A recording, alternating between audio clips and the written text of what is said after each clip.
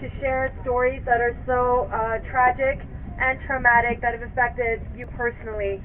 So I thank you so much, and we honor you and appreciate everything that you do. So I would like to introduce the folks that are here. It's Intisar, who is a wonderful Yemeni politician, and she's young and she's part of the national dialogue that is shaping Yemen and shaping the policies around drones. Then we have Bara from Reprieve, and he works around policy around drone strikes and is an expert on the issue. And then, of course, we have Faisal Jabbar, whose brother-in-law and nephew were killed in a U.S. drone strike. So a big round of applause for all of them for being here.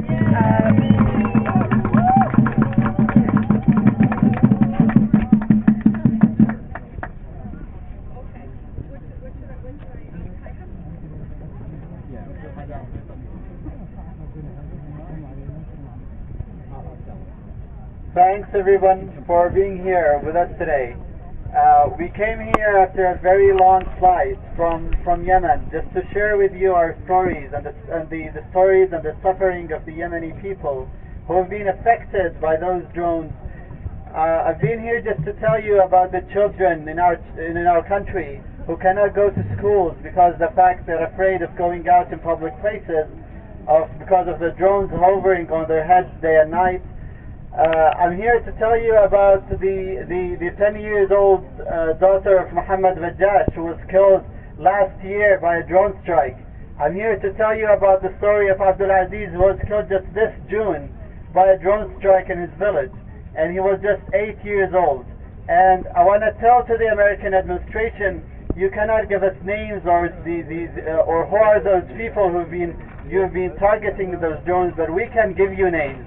We can give you the story of Abdurrahman al-Laki. We can tell you the story of Abdulaziz and Wafa and Salim bin Ali Jabir, and we can tell you a list of names and the number of people you've been killing in those drone strikes.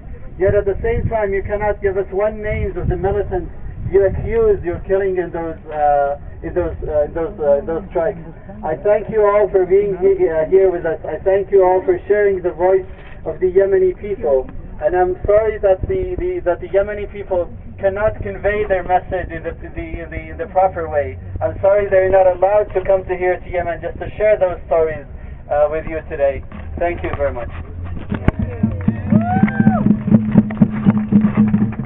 So you'll hear from Faisal and Intisar at the Drone Summit, and we just had a press conference where they spoke beautifully about how these drones are affecting their families, their communities, their nation. And this is really a time this weekend where we can show them as Americans and people around the globe that we're going to work with them to stop the drone strikes that are killing their families, right? Right. So now I'm going to pass it back to Ty to do the ceremony, and Bara, maybe you could explain that this is symbolically commemorating those innocent people who have been killed by the drone strike. Okay, so you can come from either side, but if you're not holding a flower, or if you don't intend to put a flower, make way for people that have flowers. Nora is going to, or Natasha is going to read off the names. We're going to hear a drum beat, and I'll do the first one. So the list that we have is a list of Pakistani and Yemeni children that have been slaughtered by U.S. drone strikes. So what we're going to do is read some Pakistani names and some Yemeni names and commemorate them, because oftentimes one of the most important grieving processes is the acknowledgement that your loved ones have been killed. These people have never had that respect, so we must take it upon ourselves to give them this respect and to honor them in the way that they should be honored.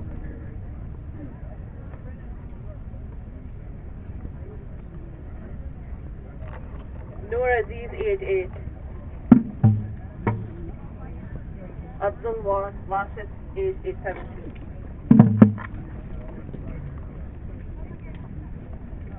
Noor Syed, age 8.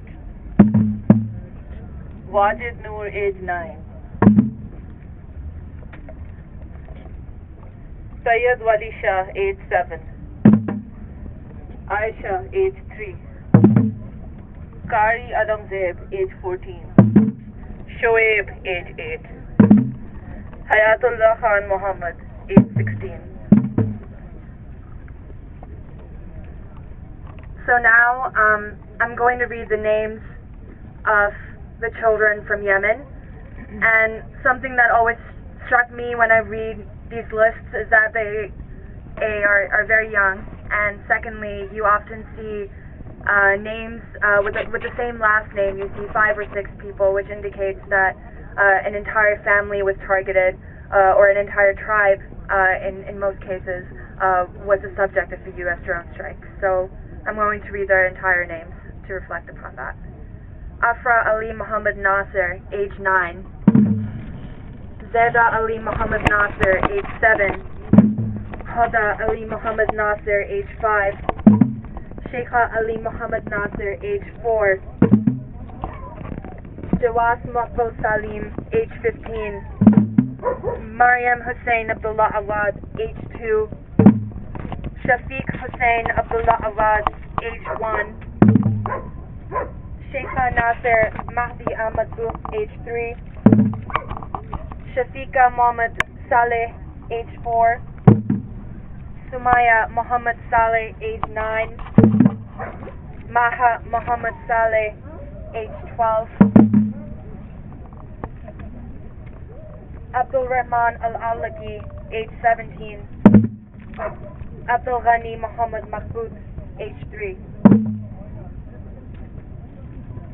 Maryam Awad, age 2.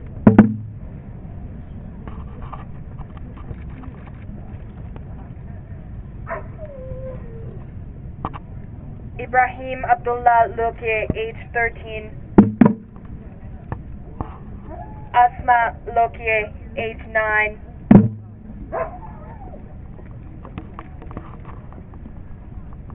Kari Sharifullah, age 17. Talha, age 8. Wilayat Khan, age 12. Shaukat, age 14. Janatullah, age 13. Bacha, age 13. I'm going to read one last name. Luqman, age 12. If we could now just have a minute of silence and reflect upon the symbolic meaning of this ceremony and where it's taking place, and to think about what we can do to raise these silent voices, to honor them to the best of our abilities, and to take the privilege that we have to be standing here in front of the symbol of power, in front of the seat of power where these decisions are made, and what we can do to truly change what's going on in this world today.